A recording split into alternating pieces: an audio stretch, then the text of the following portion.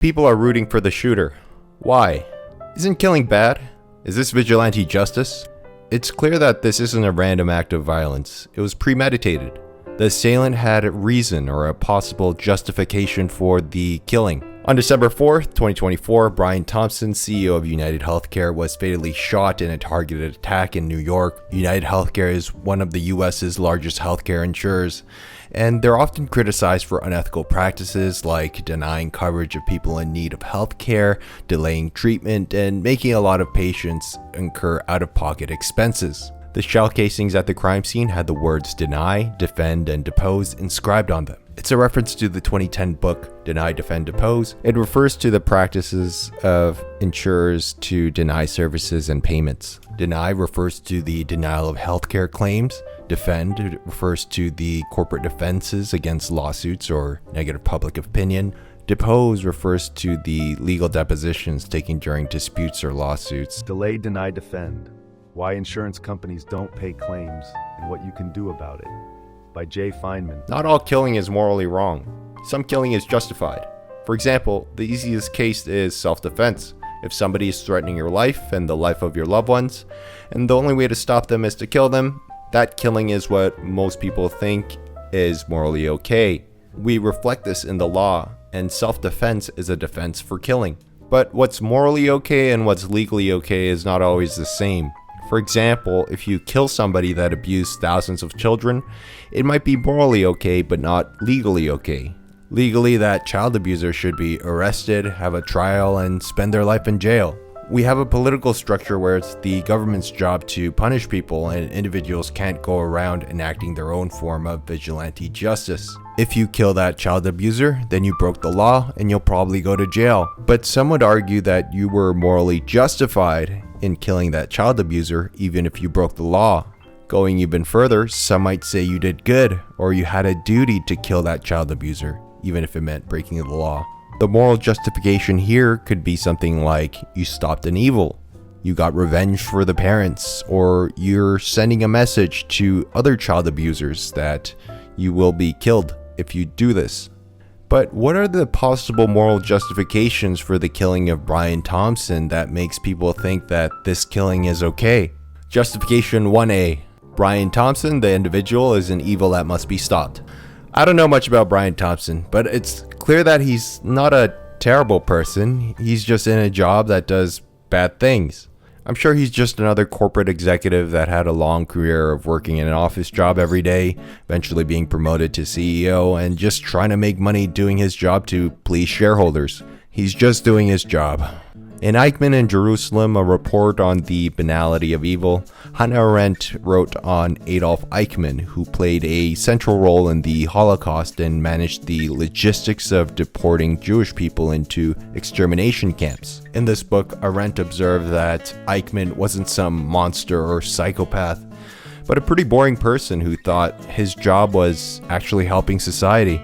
She coined the banality of evil, or the idea that evils in society aren't carried out by morally evil supervillains, but normal people doing their jobs, complying with orders within a wider system, and ultimately being distanced from the larger evil consequences of their actions. Eichmann, who did horrible evils and led to the sufferings of millions of people, ended up being more of a middle manager. Now, turning back to UnitedHealthcare, what about their mailroom employee? Are they responsible for the company's evils of denying insurance claims? Probably not. He's not the one making decisions, right? But does the CEO make all the evil decisions? Again, no. The CEO plays one role in maximizing shareholder profit, and this duty to maximize value is probably more the root of the evil decisions that go about at the company.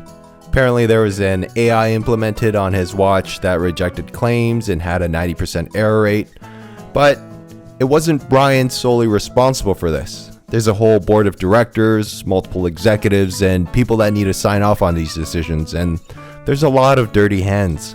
And I'm sure the only reason they implemented this was to maximize the profits for shareholders. They don't just get off on denying claims or love doing evil stuff for the sake of it. Of course, the CEO benefits from all these evils. He makes about $10 million a year, which is a lot, but it's not even at the top echelon of CEO pays. Brian Thompson is just some guy who happens to be the CEO of a very shady company. It's important not to make him the scapegoat for UnitedHealthcare. Honestly, he probably would have been happy with the same pay working for some charity feeding blind orphans. I'm sure he was involved in a lot of bad things as CEO of UnitedHealthcare, but I don't think he did anything particularly egregious himself that would have justified killing him and put a target on his back only. Maybe a truly morally upstanding person would have quit working at such a healthcare company just out of principle. Sure, maybe he's a bit greedy for money, but who isn't? Is he really more evil than oil companies contributing to pollution, clothes companies that use sweatshop labor, or any modern technology company exploiting workers worldwide? Justification 1B. UnitedHealthcare is an evil that must be stopped. Maybe the killer didn't care about Brian Thompson personally, and he was just a means to an end. They were instead trying to take down the corporation, and the CEO was the first target. UnitedHealthcare is a giant corporate monster that, alongside many other corporate monsters these days, exists to maximize profit and shareholder value. We become parts of these monsters in our professional lives by working at these companies, and our jobs ultimately are to service this monster and contribute to growing and taking care of this monster.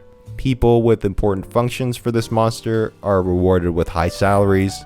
Jeff Bezos, the creator and controller of the monster Amazon, he's one of the richest men in the world for it.